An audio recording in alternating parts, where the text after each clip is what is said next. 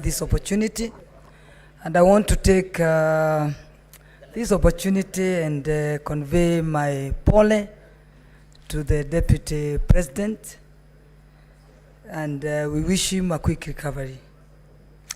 The impeachment process is always very tedious and very tiring. Going through what His Excellency, the Deputy President, has gone through is not anything that you'd wish your relative or yourself to go through. So we tell him pole, and we wish him a quick recovery. Would have wished if he was here, at least when the senators are talking, he can represent himself. But unfortunately, the procedure must go on because we are time-bound. This leadership, we must make decisions for the people of Kenya. As myself, Stabitha Karanja, the Senator of Nakuru County, I pray to God to give me wisdom to make the right decision for my people. I represent a county that is a home for 42 tribes. Nakuru represents Kenya. Meaning, I must make the right decision to ensure that there is peace in our county. But I want my Nakuru people to trust me, Nakuru people, the people I represent, that I will make the right decision for them.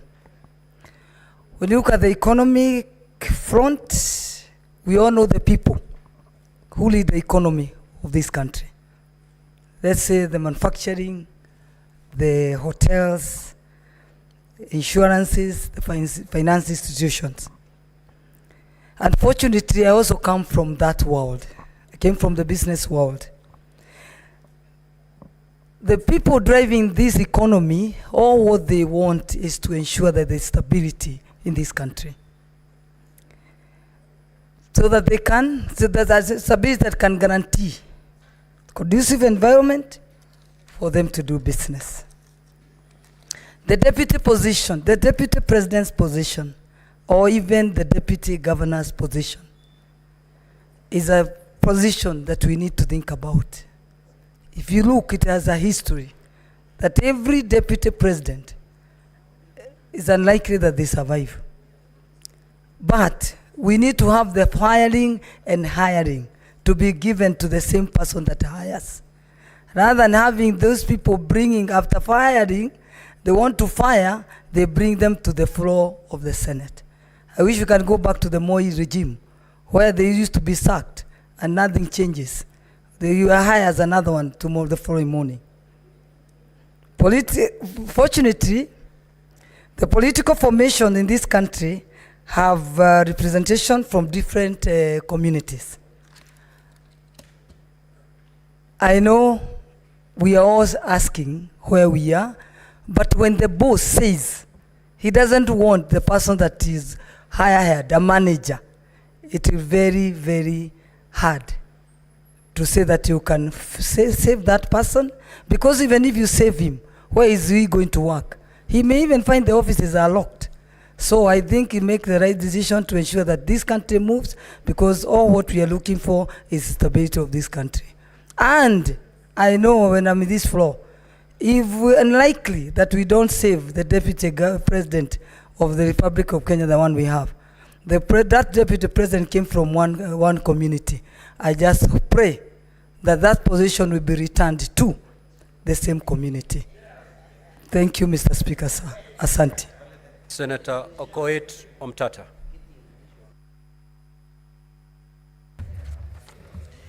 Thank you, Mr. Speaker. I stand here not to defend a good man. It's not important whether His Excellency the DP is a good man or a bad man. I stand here to defend the oath of office that I took to defend the Constitution of Kenya. And that includes giving the devil his due. When the people of Kenya, during public participation, was screaming Kufa Makanga, Kufa and Ereba, they were opposing selective prosecution. They said if Parliament has to hold people accountable, it should not be selective. And I stand here to look at whether this House has complied with the Constitution. Article 150, Clause 2, on the removal of the Deputy President. The grounds for impeachment are set out in Article 145. And pursuant to Article 145, it is purely a political process, but bound by law, especially Article 25, Clause C, which requires that somebody is given a fair hearing. So the removal of the president by impeachment on any ground under Article 145 is a grave matter that involves overturning the sovereign will of the people as expressed in a democratic election. Even more profoundly, it means that the person so removed is prohibited for life from enjoying the rights under Article 38, Clause 3, Paragraph C, to be elected and hold office, to vie for, be elected and hold office. So the constitutional bar that must be cleared for the removal of the president from office is high. The Constitution requires that the removal must be well-founded in law, and that's why it prescribes the thresholds. And it must be objective. It is not a simple matter of numbers in the National Assembly and in the Senate. An impeachment is not a vote of no confidence. We must distinguish that.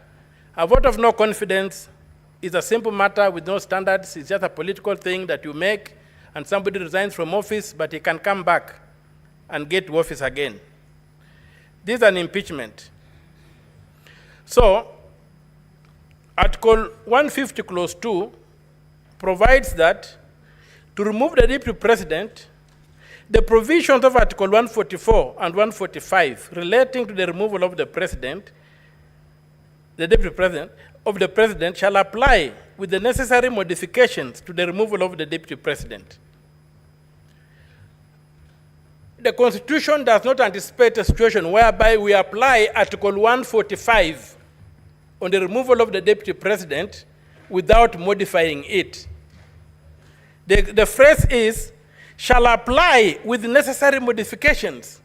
What modifications has this House made, or the National Assembly made, or Parliament as a collective made to Article 145 before applying it to the Deputy President? Can we impeach the Deputy President using the standard for impeaching the President, when we know very well that the President is immune to prosecution? And therefore, the certain standards that apply to him won't apply to the Deputy President. So given that the Deputy President has not enjoyed those immunities, how are we protecting him? How are we ensuring that this process is constitutional? It's my submission there's a total failure on Parliament to have proceeded to impeach the Deputy President without making the necessary modifications to Article 145. And you have seen the potholes we have fallen into. It's okay for the President because the President is immune from judicial processes. But is it okay that the Deputy President should be prosecuted using the same standard used for the President? And the drafters of the Constitution.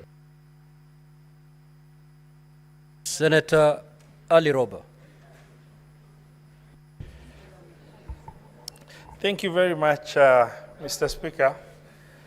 I'd like to time so that I don't lose my apologies. Thank you very much, Mr. Speaker. Yesterday, the Council for the Deputy President had really spent a lot of time in trying to bring out non-issues, leaving out the critical substance of the case against the Deputy President. And as I was seated here, I was honestly hoping I'll get an opportunity to get some clarification from the Deputy President. And unfortunately, that never happened. But since we are here and the public are watching, there are issues that need to be responded to. On the issue of serious allegation that is to do with the proceeds of crime and anti-money laundering, in the affidavit of the President, the Deputy President himself acknowledged that Christo Company belongs to him. And he also further acknowledged that he has transferred Christo Company to his sons. And he went further to acknowledge in his own sworn affidavit that he has borrowed 600 million shilling in order to purchase Outspan Hotel from Abadeas. But in the evidence that is filed, that is before us, he only provided a letter of offer from a bank and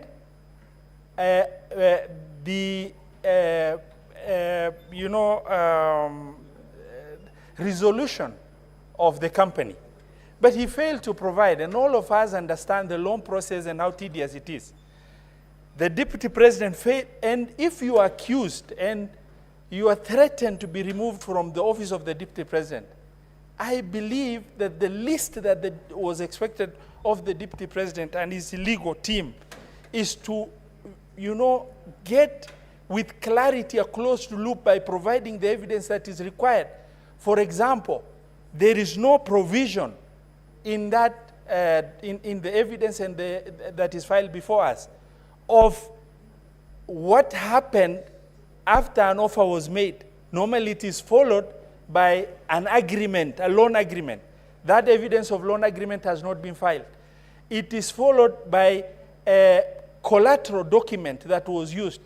And, the need to get the collateral document through the legal perfection in terms of valuation report of that asset itself.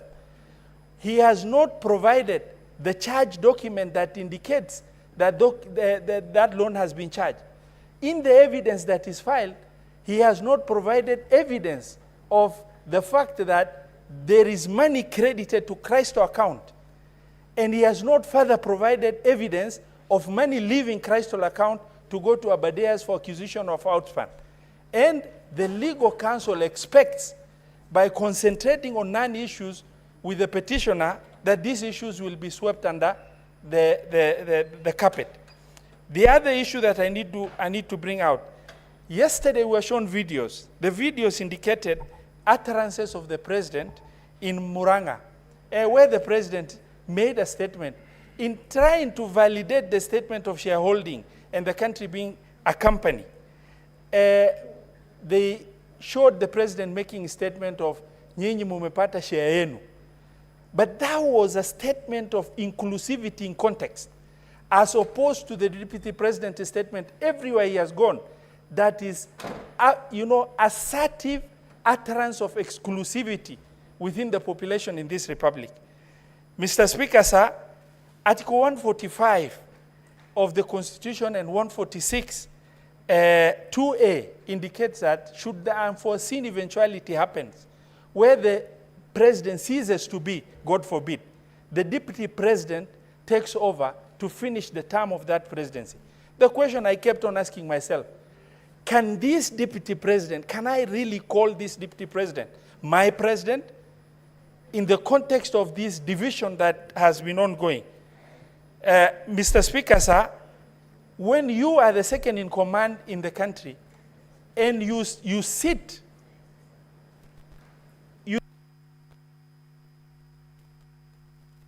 Senator Karungo. Senator Karungo. No, I want to speak from the floor.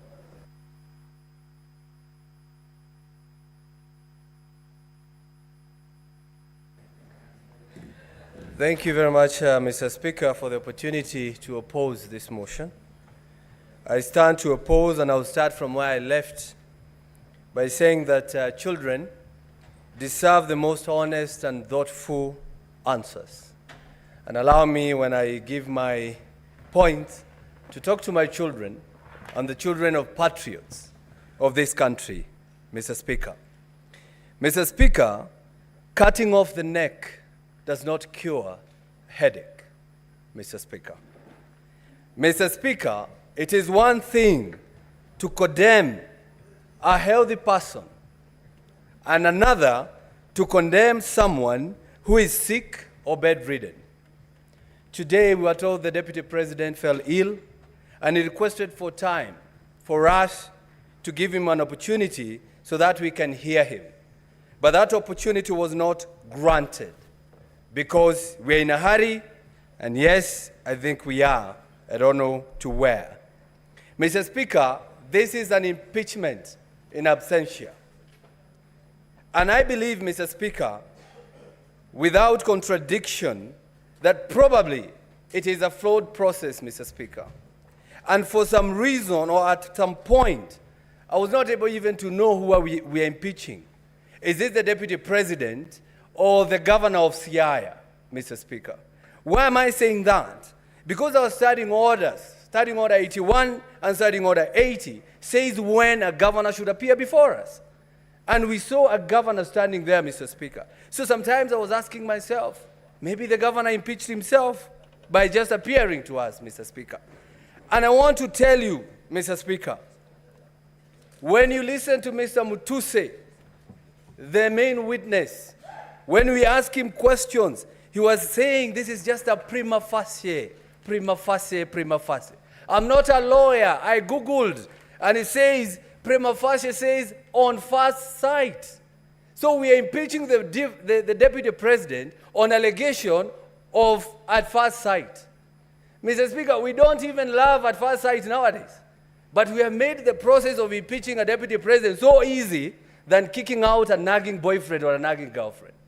So I stand here from Kiambu saying that, Mr. Speaker, I'm not going to impeach the Deputy President because listening to the accusation here, they are not enough. They do not meet the threshold of removing somebody from the office. You ask Mutuse here, you had it. Mr. Mutuse, tell us. He says, I was not in an investigation journey. Mr. Mutuse, I just imagined. Mr. Mutuse, I don't know. Mr. Mutuse, I believe. Mr. Mutuse, Senate, believe me. Even if you don't believe me in one occasion or in one ground, just take one, the one that you love, Mr. Speaker. Mr. Speaker, it's sad that my brother, a person from my area or my region, the Deputy President of this country, is being impeached. And I want to talk to the majority leader, person I really respect, and also the senator for Bomet, Mr. Sigei. When we help to save a brother, remember us when we ask you to save our brother, Mr. Speaker. Mr. Speaker, as I conclude on this issue, Mr. Speaker, he who assesses the integrity of others must exemplify an even higher standard of integrity on himself. I want to ask you members, please, as I go down to write your names or the sins on the ground, and I'm not calling myself Jesus, ask yourself, would you be the first one to throw the stone on the Deputy President? And Mr. Speaker, I am going to leave this by saying I'm going to vote on all 11 counts. No, no, no, no, no. I'm going to vote no. And I'm going to leave you with one quote I've read from a member of parliament from Gatondo North, who has said, Mr. Speaker, and I read, the dog is not sick, it's just afraid, facing its last 2 hours of power forever, Mr. Speaker.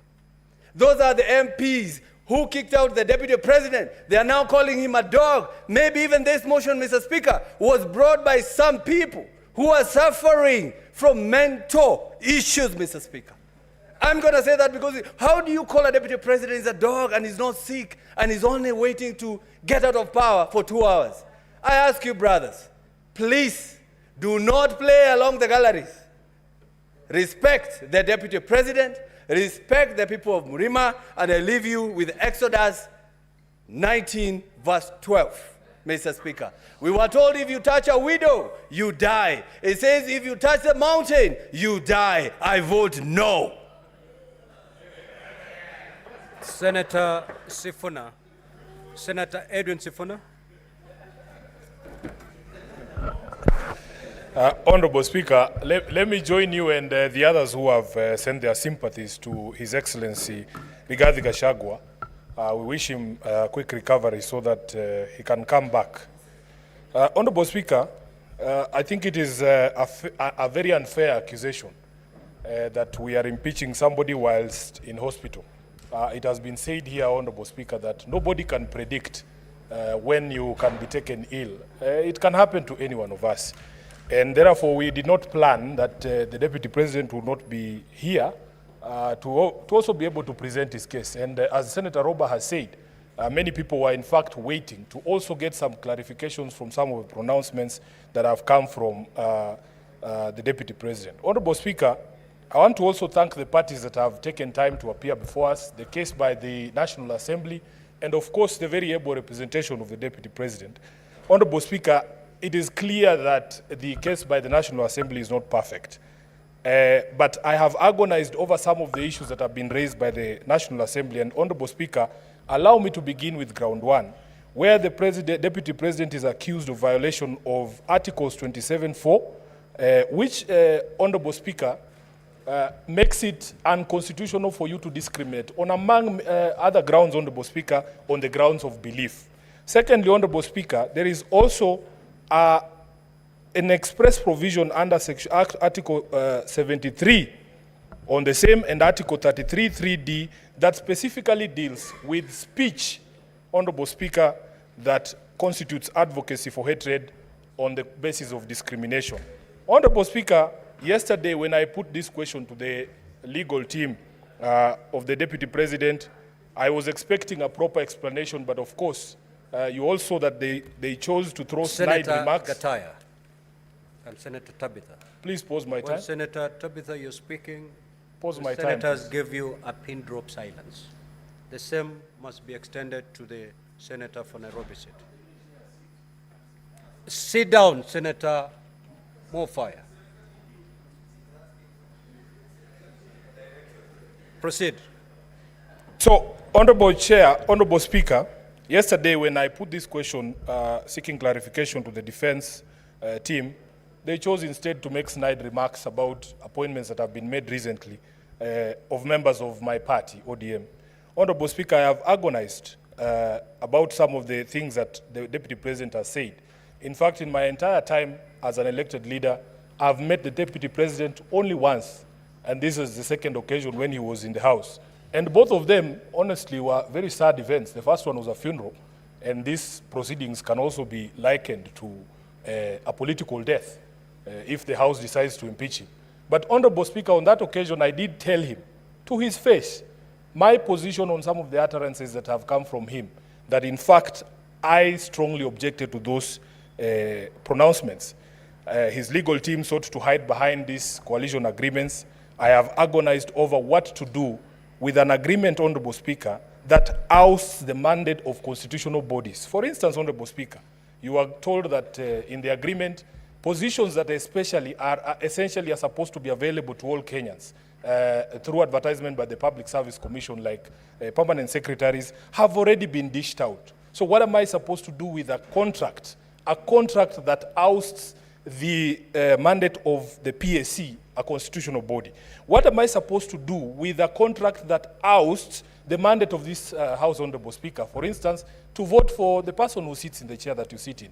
And if memory serves me right, Honorable Speaker, members who are not signatories to the coalition agreement of Kenya Kwanza, in fact, participated in voting for you to become the Speaker. And many of them were members of my political party, ODM, although, of course, I was not one of them. Honorable Speaker, there is a position in law about what to do with illegal and unconscionable contracts. I feel that the Deputy President wasted an opportunity to give clarification on his pronouncements that, Honorable Speaker, he chooses to hide behind a contract that I consider unconstitutional is something that I have agonized over. Honorable Speaker, one of the questions that was posed to him is what, I remember a discussion about which is what are the strongholds of ANC and Ford Kenya. And somebody said that it is Western Kenya. Honorable Speaker, as SG of ODM, I know for a fact that Busia County is an ODM county. In fact, if you look at the statistics at the Register of Political Parties, the county with the highest membership in ODM is not Homa Bay or Siaya. It is actually Busia County. So the question I'm being asked by my members from Busia is, Honorable Speaker, if a member of ODM who resides in Busia wanted to be a permanent secretary, does he take his application to the local Ford Kenya office so that he can access the 30% for Western Kenya?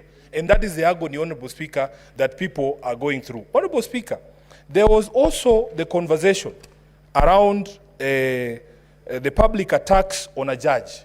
As a lawyer, as an advocate of the High Court, sworn to defend the Constitution, I agonize over what I'm supposed to do with public attacks on judicial officers, Honorable Speaker, people that I appear before seeking justice for my clients. Honorable Speaker, we have a discussion around also attacks on intelligence institutions in our country and the Director General of the Intelligence. Honorable Speaker, it was argued here that in fact, as a member of the National Security Council, the Deputy Speaker has a forum, the Deputy President has a forum to bring up Senator Karen Nyamu.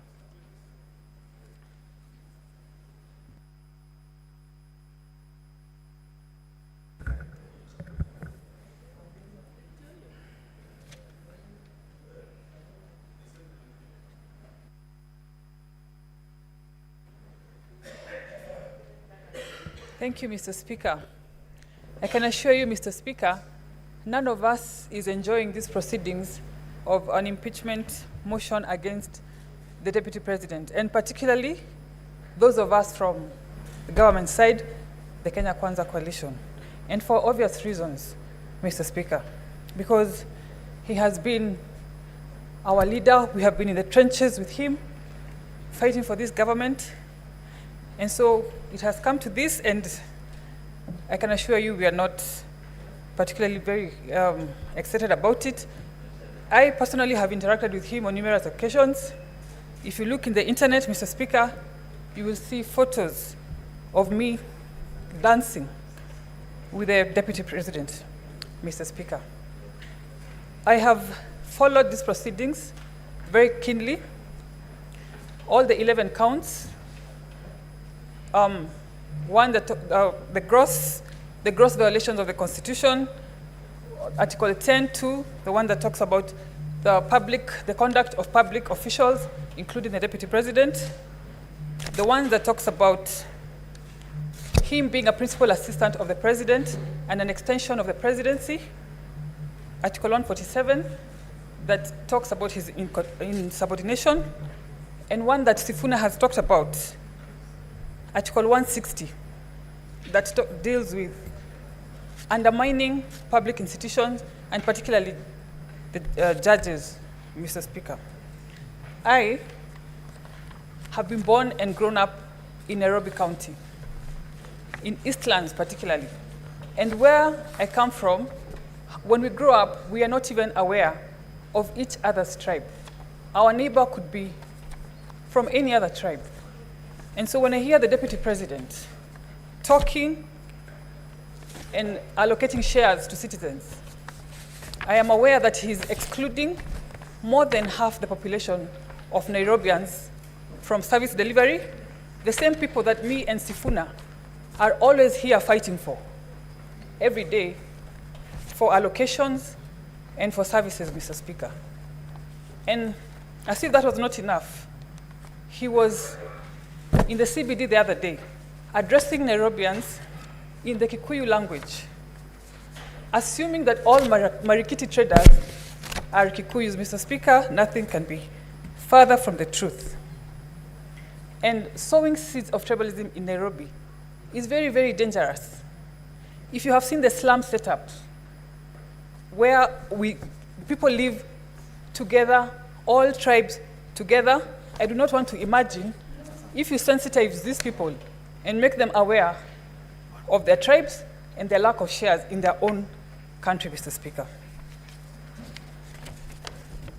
And finally, in future, I want to call upon presidential candidates to make it a very critical attribute of their running mates: to have political maturity and to have a national outlook, Mr. Speaker. Because to some extent, we want to put some blame on the president, because we are wondering what he looked at when he picked his running mates. Thank you, Mr. Speaker. Senator Kajwang.